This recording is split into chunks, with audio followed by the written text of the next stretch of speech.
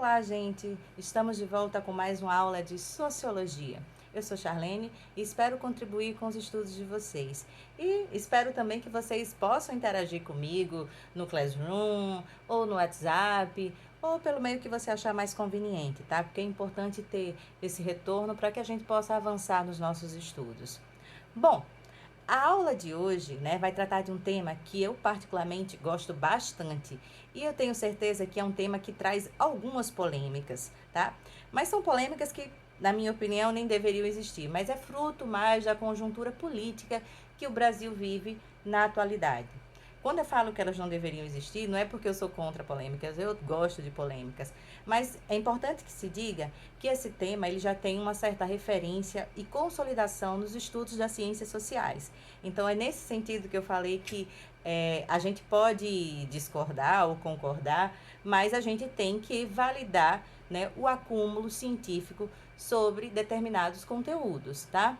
E que tema é esse que é polêmico, professora? Nós estamos falando sobre direitos, cidadania e movimentos sociais. Principalmente esse último deve ser alvo, né, de bastante polêmicas. Mas eu vou trazer alguns conceitos aqui para vocês que vai ajudar bastante nos estudos, né, que vocês vão desenvolver sobre sociologia e que também pode auxiliá-los na construção de uma redação e tudo mais, certo? Também eu vou ratificar aqui que na sociologia, muitas vezes, a gente não tem um único conceito, uma única perspectiva. Mas eu vou trazer um aqui que é mais geral, mais globalizante e tudo mais, mas não quer dizer que só tenha essa perspectiva, tá? Então, a despeito da mídia, muitas vezes, restringir a ideia de cidadania, às vezes, né? Como diria lá na musiquinha da propaganda, com certidão de nascimento, sou cidadão, não é? Será que só a certidão de nascimento ela dá a garantia da cidadania? Será que existe cidadania apenas com a certidão de nascimento? Então, gente, o que é cidadania? O que são direitos humanos e o que é movimento social? O que são os movimentos sociais? Eu vou começar falando sobre cidadania. Cidadania nada mais é do que a capacidade que a gente tem, né, de viver em pleno gozo dos direitos. Quando eu falo direitos, direitos de forma geral, tá? E o que são direitos? Direitos a gente pode resumir que é a nossa garantia, né, enquanto ser humano, da gente poder existir nas suas diversas formas, certo? Esses dois conceitos, é importante também que se diga, não é uma coisa que nasceu, né, com a humanidade, não é algo biológico, é algo que foi construído socialmente, é algo que é resultado da ação humana, tá? Então, a ideia, por exemplo, de direitos humanos nem sempre existiu. E aí, não é, algumas questões contribuíram, né, algumas revoluções, algumas revoltas contribuíram para que essa perspectiva, essa ideia de direitos, ela surgisse na humanidade. E aí eu vou destacar um lado da história que é importante a gente ter como ponto de partida, mas não é assim, não é o ponto de partida, mas é importante a gente ter como marco histórico na conquista dos direitos, tá? Então, por exemplo, a Declaração Universal dos Direitos Humanos, né, que foi redigido pela Organização das Nações Unidas em 1848, ela vai surgir muito em decorrência de todos os problemas, de todas as atrocidades, todos os efeitos destrutivos que ocorreram após a Segunda Guerra Mundial, certo? Então, em razão disso, é que para impedir novos conflitos, para fazer com que os países respeitem as coletividades humanas, né? E a situação de vulnerabilidade, muitas vezes, dos seres humanos, é que vai ser redigida essa carta, né? Essa Declaração Universal dos Direitos Humanos. Por que é universal, né? Porque é uma concepção universalista de que os direitos, eles devem estar acima do Estado, de algum governo, né? Então, em caso de violação desses direitos, que os responsáveis devem ser punidos, né? Mesmo que seja, sei lá, um presidente de algum país, certo? Então, é nesse sentido que é uma perspectiva universalista. Para melhor compreensão de vocês, um sociólogo chamado Thomas Marshall, ele vai dividir esses direitos em três grupos, tá? Em três categorias, que são os direitos civis, os direitos políticos e os direitos sociais, tá? Quando a gente fala de direitos civis, a gente está falando especificamente, ou mais especificamente, sobre a liberdade ou as liberdades que nós temos enquanto seres humanos. E aí é a garantia da nossa liberdade individual, nosso direito de ir e vir, a nossa possibilidade de pensar, e não só de pensar, de expressar o nosso pensamento, né, de dizer o que a gente pensa, né, sem censura. E é nesse sentido de se associar, inclusive coletivamente, né, entre pessoas ou entre determinadas organizações, essa liberdade, sabe? Tá? A liberdade de existir enquanto ser que age na sociedade. Então, esses são os direitos civis. O que são os direitos políticos? São os nossos direitos, né, a poder se manifestar, inclusive se os nossos direitos civis não estiverem garantidos ou se os nossos direitos sociais não estiverem garantidos. Então, é a nossa possibilidade de participação efetiva, né, dentro da sociedade, né? Não se restringe à questão das eleições. Tá? As eleições é um processo de participação política, mas não é o único processo de participação política, tá? É importante que se diga, mas também tem a ver com essa questão da participação nas eleições. Então, eu posso não só eleger um representante, mas eu posso também me candidatar, tá? Que é importante também que a gente saiba que a nossa democracia é representativa. Então, muitas vezes a gente escolhe um representante e esse representante acaba votando em leis que nos prejudicam. Então, a gente pode também se manifestar por meio de movimentos sociais e por meio de outras tantas coisas, de associação, de sindicatos e etc. E o que são os direitos sociais? Os direitos sociais têm a ver com os direitos que vão nos garantir uma vida digna, tá? São vistos como essenciais para a nossa vida. Tá? Então, é o que vai garantir o nosso bem-estar. Então, é a questão da gente ter uma garantia de emprego, de educação, de saúde, de lazer, de moradia. Então, todos esses são os direitos sociais. Então, agora que vocês já conhecem as 3 categorias que dividem os direitos que nós possuímos, né? Os direitos sociais, políticos, os direitos civis, é importante também agora salientar, né, que a gente falou anteriormente, que ser cidadão seria a gente ter garantia a todos esses direitos que eu mencionei, né? Ter essa vida plena ou esses direitos assegurados. Só que a gente sabe que na prática, muitas vezes a gente tem uma cidadania formal, né? Eu sou cidadã brasileira, não é isso? Mas esses direitos, eles não existem, ou pelo menos eles não são assegurados, eles não existem de forma concreta. Tá lá na lei, que eu, Charlene, sou cidadã, né, e que tem acesso, ou que deveria ter acesso a vários direitos, mas muitas vezes esses direitos não chegam a todos, né? Quantas pessoas que vocês não conhecem que não têm acesso à moradia, que estão morando agora em algum barraco, em alguma lona, né, ocupando algum território, ou que estão na rua mesmo, sem nenhuma residência. Então, esses direitos existem né, formalmente, mas não existem de caráter concreto.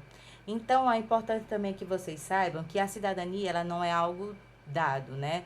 Que é algo que foi construído e que ainda precisa ser construído, não está pronto e acabado, tá? Então, a cidadania envolve também um processo de conquista, né, de organização, de participação, de intervenção, né, na sociedade, né, da gente enquanto indivíduo, enquanto grupo social, né, porque eu sou Charlene, indivíduo, mas eu também posso me associar a outros grupos que não têm acesso aos mesmos direitos, etc, etc, tá?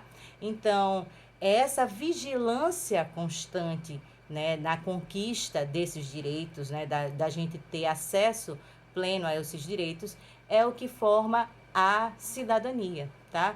Então, para que a gente tenha essa realidade que nós temos hoje, muitas ações e muitos movimentos sociais, ou muitos movimentos foram necessários para que se ampliasse essa ideia de cidadania que eu estou falando para vocês agora, né? E aí, nesse sentido que quando a gente fala de cidadania, né, é meio que quase que concomitante a gente associar, né, a ideia de que é também defender direitos. Defender cidadania é também defender direitos. Talvez por isso, né, a gente vê que tem pessoas querendo se distinguir disso, né, querendo ser diferente, como se já tivesse acesso a direitos e que os direitos não são para todo mundo, né? Como aconteceu o caso lá do policial que foi abordar um casal que estava, acho que numa festa, não sei como foi, ou seja, desrespeitando o isolamento social em um momento de pandemia. E aí o policial trata o homem lá, né, como um cidadão. Ele fala, cidadão. Aí a esposa diz, cidadão não, né? engenheiro civil formado muito melhor do que você. Então, a ideia de cidadania tem a ver com a luta por direitos, por conquistar esses direitos. E às vezes as pessoas querem se distinguir disso, né? Não quer ser o cidadão. Enquanto tem um que já tem, digamos assim, minimamente direitos garantidos e tem essa cidadania, outros precisam lutar para ter um mínimo, né, de direitos garantidos. Vejam como é que é discrepante a nossa realidade social, como ela é desigual, certo? Então, quando a gente fala também, gente, só para destacar, de cidadania formal, tem a ver com a ideia de que existe nas leis. Quando a gente fala sobre cidadania real, tem a ver da gente conquistar realmente, ter acesso, né, usufruir desses direitos, certo? Então, assim, tem outras perspectivas também sobre a questão dos direitos humanos, que tem umas diferenciações aí, mas eu gostaria de finalizar essa parte sobre cidadania dizendo assim o seguinte: não existe cidadania plena, tá? Ou também um direito pleno. Tanto a cidadania quanto a questão dos direitos foram resultados do quê? De uma construção histórica e social, certo? O que hoje é reivindicado como direito, no passado não foi direito, tá? Então, daí a importância da gente poder, né, ter essa liberdade de poder se manifestar e de poder lutar por esses direitos. Daí a importância dos movimentos sociais, tá? É aí que entra a ideia dos movimentos sociais.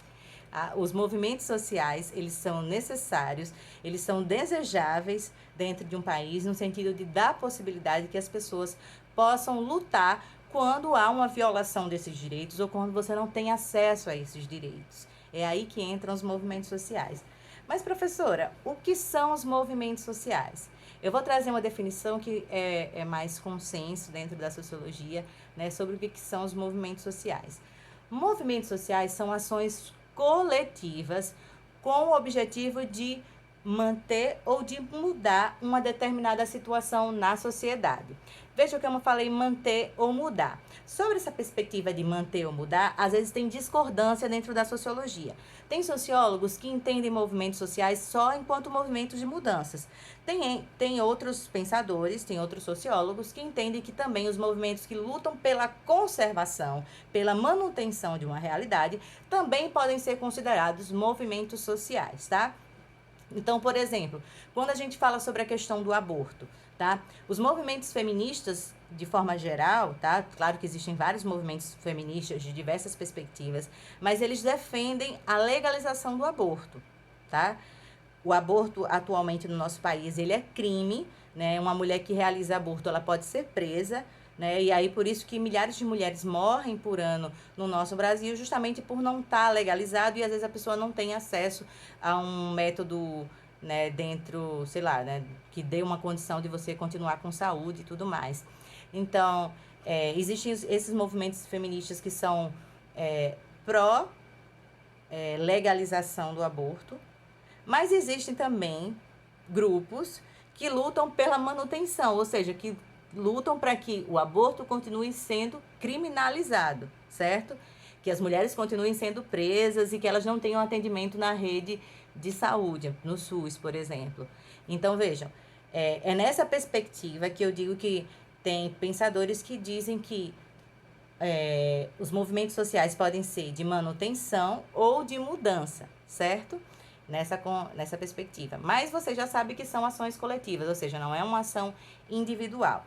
Esses movimentos, eles podem ser estruturais ou podem ser movimentos conjunturais. Quando a gente fala de estrutural, são movimentos mais organizados, né? Que, por exemplo, um sindicato, né? O sindicato dos professores, né? A gente se reúne, faz assembleias, né? E a gente tem um processo de sindicalização, né, que a gente está ligado a esse sindicato. A gente tem um processo mais histórico, né, já existe há vários anos e tudo mais. Esses são os movimentos estruturais. Mas existem também aqueles movimentos conjunturais, que está ligado a uma realidade específica da conjuntura de um momento.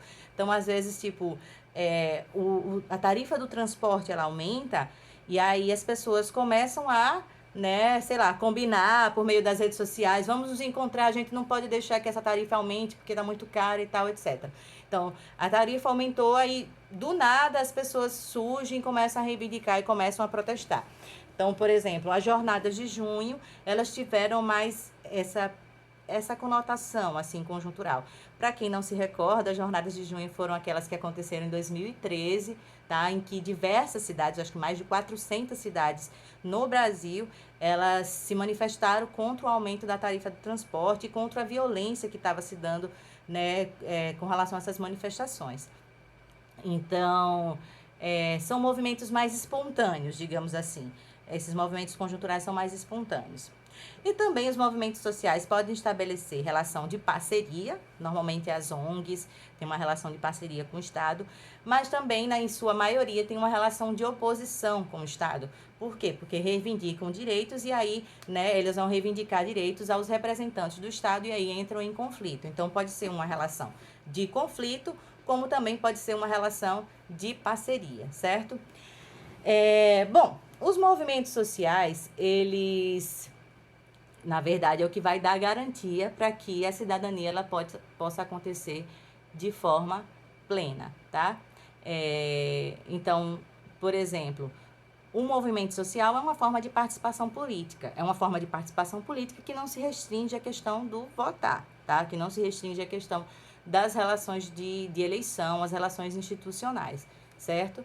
Então, você falar, por exemplo, em movimento social, é a gente falar sobre a questão de cidadania. E a gente tendo mais possibilidade de movimento social, quer dizer que a cidadania pode ser ampliada e, consequentemente, a democracia no nosso país. Porque quando a gente fala de movimento social, a gente está falando de dar espaço para quem não tem, muitas vezes, direito, nem tem voz, né, dentro da política, de poder falar, de poder participar de alguma forma, certo?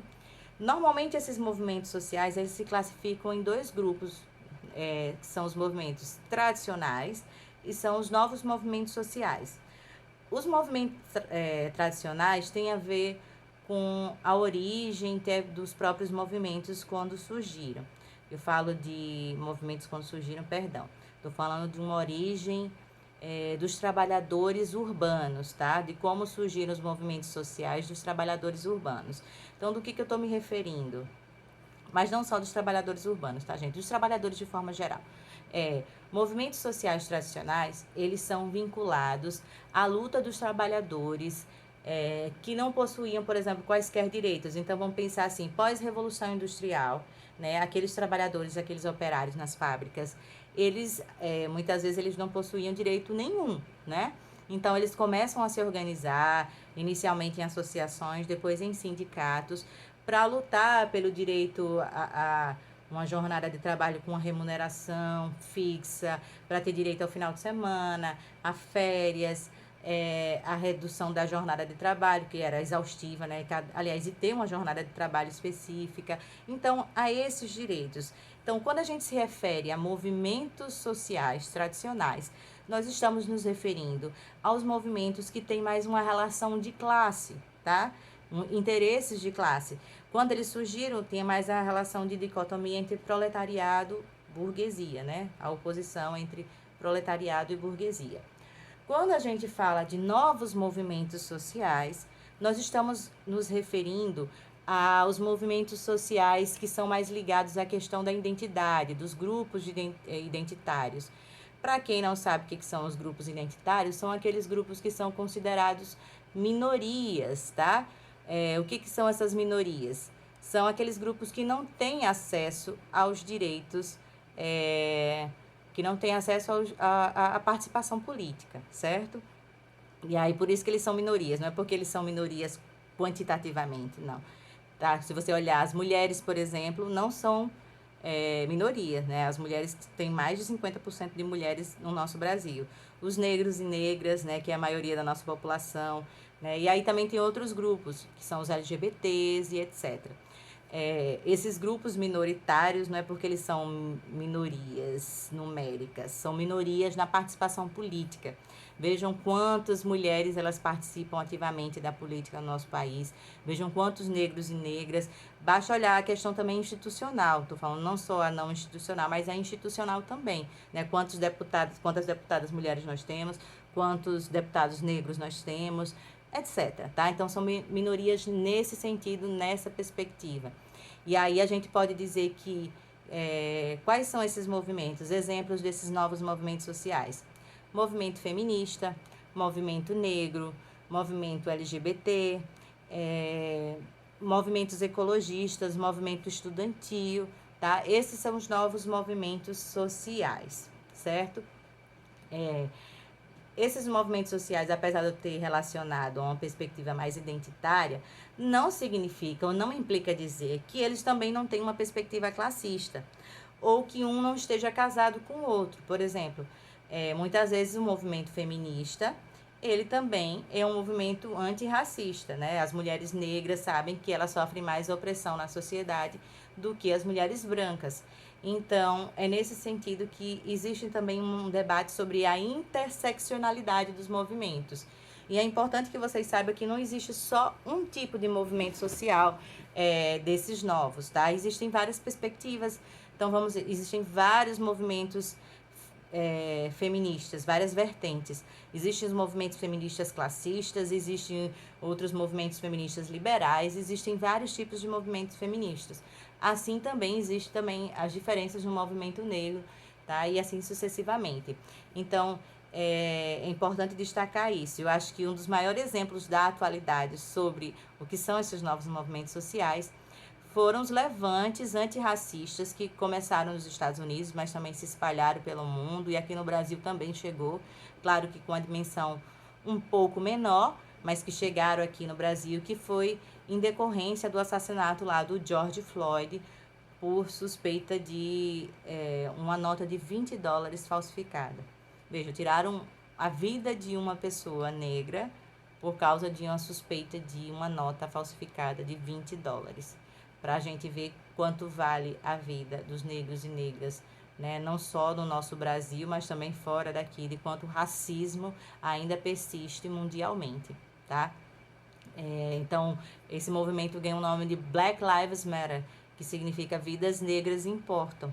Não é que eles querem dizer que a vida dos negros é mais valiosa, não, é que a vida dos negros também importa, né? Porque negros e negras são assassinados, né, pelo Estado, pela polícia do Estado, né, não só aqui no nosso Brasil, mas nos Estados Unidos e em outras partes do mundo também. Aqui nós temos caso de várias crianças que foram assassinadas, inclusive em casa, por balas, né, da polícia, como é o caso do menino João Pedro, como é o caso da menina Ágata e outros tantos casos que não dá para mencionar aqui na aula de hoje, senão o vídeo vai ficar muito longo. Então, o Black Lives Matter digamos assim, um exemplo do que são esses novos movimentos sociais, certo? Mas entendendo que os movimentos sociais, eles às vezes não têm só um caráter identitário, só para reforçar isso para vocês, certo? Que existem também os movimentos interseccionais. Também eu vou reforçar aqui, né, que o nosso Brasil, apesar de muitas vezes a gente dizer que não, mas o povo daqui é pacato demais, aqui a gente não tem histórico de movimentos, que aqui parece que botaram o Rivotril na água do brasileiro. Não é bem assim, tá? Aqui nós tivemos históricos de movimentos sociais desde a época do Brasil colônia, né? A formação dos quilombos, né? Da resistência negra, escrava, né? Mas da resistência indígena também, desde a Confederação dos Tamoios, né? A gente passando por diversas experiências, inclusive na luta pela independência, a gente refletindo também todos os movimentos que aconteceram no Brasil republicano, né? Desde Canudos, passando pelas ligas camponesas, passando pelos Direta Já, até chegar às Jornadas de Junho. Então, nós tivemos várias experiências de lutas aqui no Brasil, mas muitas vezes essas lutas elas não são valorizadas, certo? Eu não posso aqui pelo tamanho do vídeo, citar todas as movimentações, todas as lutas que houveram no nosso Brasil, né? Porque são diversas e continuam existindo. E aí eu vou fazer uma discussão aqui final, para a gente ir encaminhando para o final dessa aula, sobre a legitimidade desses movimentos sociais. Quando eu falo de legitimidade, é que muitas vezes as pessoas, elas discordam e elas não reconhecem a legitimidade desses movimentos, né? Às vezes a própria imprensa fica chamando os movimentos sociais de vandalismo, e isso tudo contribui para um imaginário de que esses movimentos sociais não são legítimos. Mas se a nossa Constituição, né, se a Constituição de 88, ela nos diz que, por exemplo, que a gente tem direito à moradia, a transporte, à saúde, à educação, então, né, lutar por esses direitos está dentro da esfera da legalidade, tá? Né? Se a gente tem direito à participação política das diversas formas, né, como está previsto lá na Constituição, então os movimentos sociais, eles não só são legítimos, como também devem ser, digamos assim, fomentados dentro do nosso país. Então, por exemplo, quando a gente tem um movimento social que cresceu bastante nos últimos anos no nosso Brasil, que é o MTST, o Movimento dos Trabalhadores Sem Teto, que é diferente do sem terra, tá? Então, por exemplo, a legislação diz que toda propriedade, ela tem um caráter, ela tem uma finalidade, uma função social. Mas a gente sabe que existem vários imóveis, né, no Brasil, que eles estão desocupados, tá? Que eles não têm uma finalidade, que eles existem apenas para especular, né? Para que aquilo ali valorize, que você consiga, né, um valor alto naquele imóvel na hora de alugar ou de vender. E aí, o que faz o MTST? Né? São os trabalhadores sem teto. Eles ocupam esses espaços que não têm uma função social, ou seja, que não serve para que as pessoas morem, para que as pessoas habitem, né? Para vocês terem uma ideia, gente, atualmente no nosso Brasil, a gente tem mais imóvel vazio do que gente precisando de casa para morar. Isso não é justo, não é? Então, quando há uma ocupação, é meio que pressionando o Estado a garantir o direito à moradia, tá? E isso é previsto na Constituição. Algo semelhante também acontece com o movimento sem terra, que tem a ver com a questão da terra para trabalhar, para produzir, né? A questão da agricultura. É uma outra questão, mas é semelhante, né? Porque a terra também tem uma função social. E aí é nesse sentido que eu gostaria de fazer uma discussão sobre legitimidade. Você pode discordar até, né, sobre, sei lá, os métodos do movimento, você pode discordar se é uma coisa correta ou não, mas é legal, tá? Então, só para a gente ter cuidado, eu tô alertando vocês para a gente ter cuidado na hora de escrever uma redação, por exemplo, para não falar alguma bobagem e aí depois ser desclassificado no Enem e aí não sabe por quê, né? Então vamos fazer a discussão nos marcos legais, vamos fazer uma discussão, né, sem as nossas paixões, sem as nossas, necessariamente, né, às vezes sem as nossas perspectivas. É difícil, né? Eu mesmo não tenho como fazer, nem você tem, né? Todos nós somos seres sociais e somos movidos, né, pela sociabilidade que a gente está envolvido. Mas o que eu estou falando é que a gente não pode fazer uma discussão fora desses marcos também, viu? Então, a gente deve fazer uma discussão dentro dos marcos do que é legal, do que não é legal. Bom, o vídeo já ficou muito curto, eu espero ter contribuído com... muito curto, né? Muito longo. Espero ter contribuído com os estudos de vocês, mas quaisquer dúvidas, podem me perguntar que eu estarei à disposição de todos vocês, certo? Então, um grande beijo, tchau, tchau e até a próxima.